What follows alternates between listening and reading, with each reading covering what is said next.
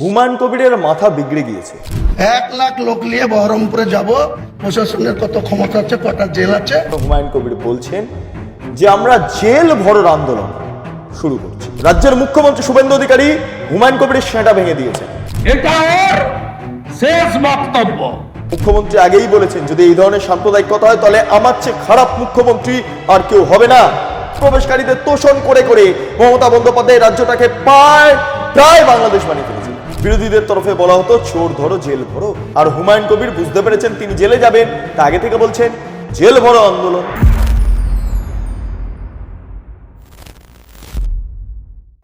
হুমায়ুন কবিরের মাথা বিগড়ে গিয়েছে। তিনি জেল ভরো আন্দোলনের ডাক দিচ্ছেন। তিনি জানেন তিনি জেলে যাবেন। তিনি জানেন তাকে দুটি থানা থেকে 3 এবং 4 তারিখ যথাক্রমে দেখা করতে বলা হয়েছে, কিন্তু তিনি কোথাও গিয়ে হার মানবেন না।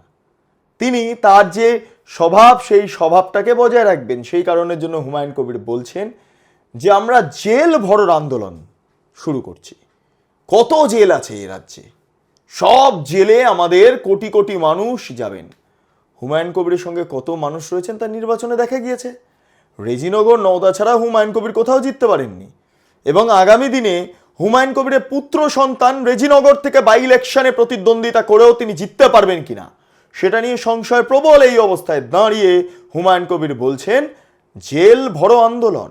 আমরা এতদিন ধরে শুনেছি চোর ধরো জেল ভরো। হুমায়ুন কবির কি ঘুরপথে চোর ধরো জেল ভরোটাই নিজের ক্ষেত্রে চরিতার্থ করছেন? তাই তিনি জেল যাত্রার জন্য আহ্বান জানাচ্ছেন সাধারণ মানুষকে এবং নিজেও যাবেন। হ্যাঁ, গোটা বিষয়টা রাজ্য সরকারের নজরে রয়েছে। হুমায়ুন কবির নেপথ্যে উস্কানি দিচ্ছেন এবং সেই উস্কানির জেরে বিভিন্ন জায়গায় সাম্প্রদায়িক অশান্তির বাতাবরণ তৈরি হতে পারে।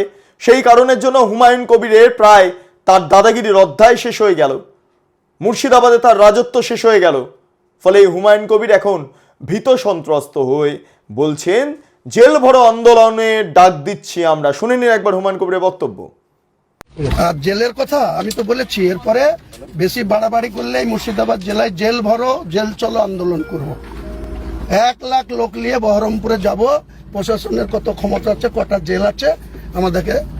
আমি যাব সামনে, আমার সঙ্গে লোক যাবে কিনা দেখিয়ে দেবো আমি।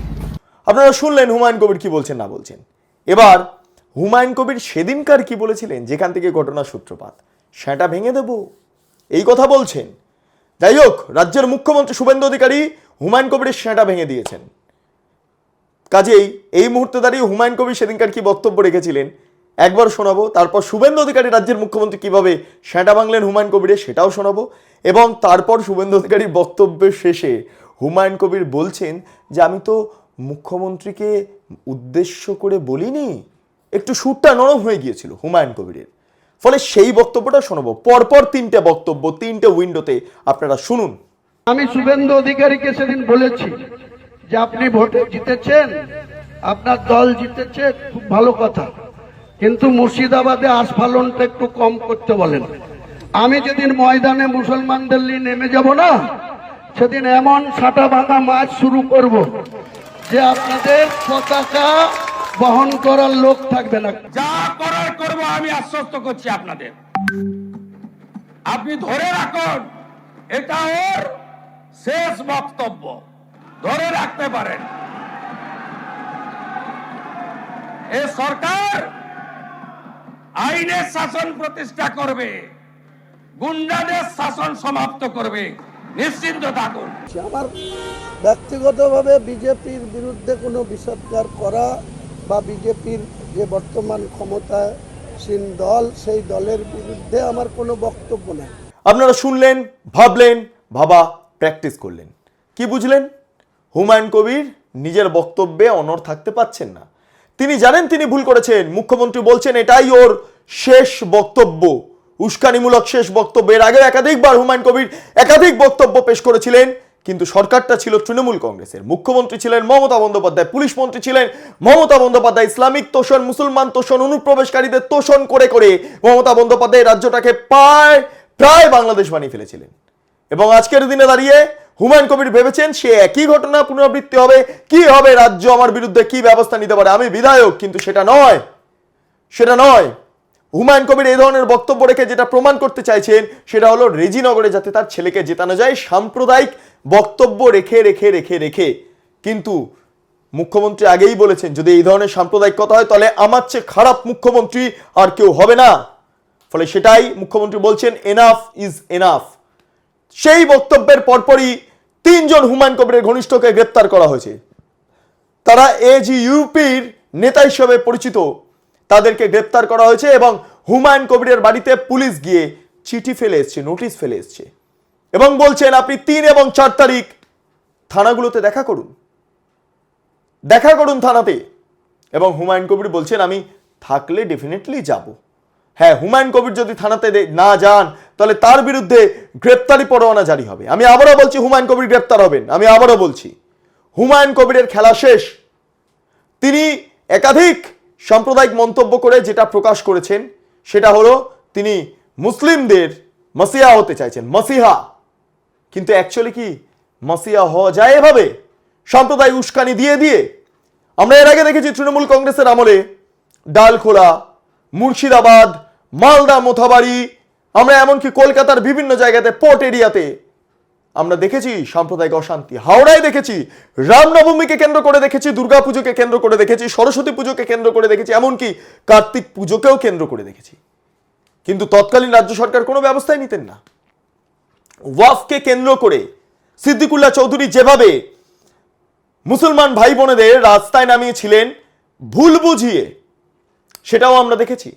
আমরা দেখেছি সিএ বিরোধী আন্দোলনের নামে ভ্যান্ডালিজম, আমরা একের পর এক অশান্তি দেখেছি এবং সেই অশান্তির জেরে আমাদের রাজ্যটা শেষ হয়ে গিয়েছে। ল অ্যান্ড অর্ডার সিচুয়েশন একদম ধাজিয়া উড় গেয়া।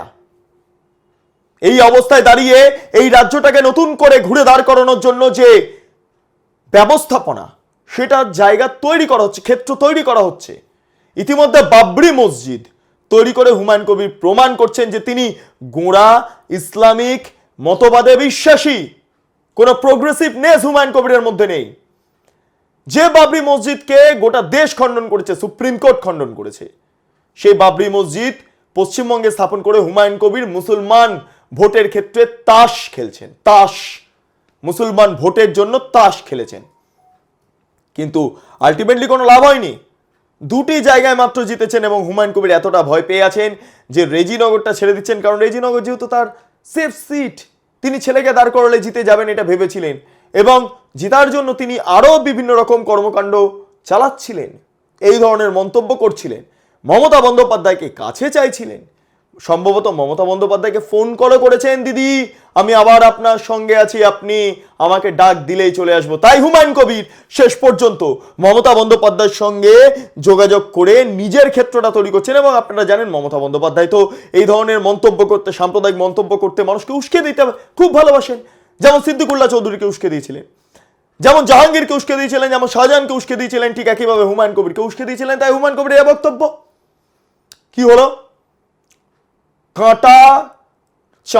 কাঁটার চাদরে পড়ে গেলেন হুমায়ুন কবির। নিজেকে উদ্ধার করতে পারছেন না, বাঁচাতে পারছেন না। এবার কোথায় যাবেন? তাই জেল ভরো আন্দোলন, জেল যাত্রা, বড় বড় বাতেলা, এমন মনে হচ্ছে স্বাধীনতা সংগ্রামী ক্ষুদিরাম বসু, মাতঙ্গিনী হাজরা, তাদের আদর্শ নিয়ে যেন হুমায়ুন কবির চলছেন, সুভাষচন্দ্র বসুর আদর্শ নিয়ে চলছেন, এমন মনে হচ্ছে। অদ্ভুত লাগে।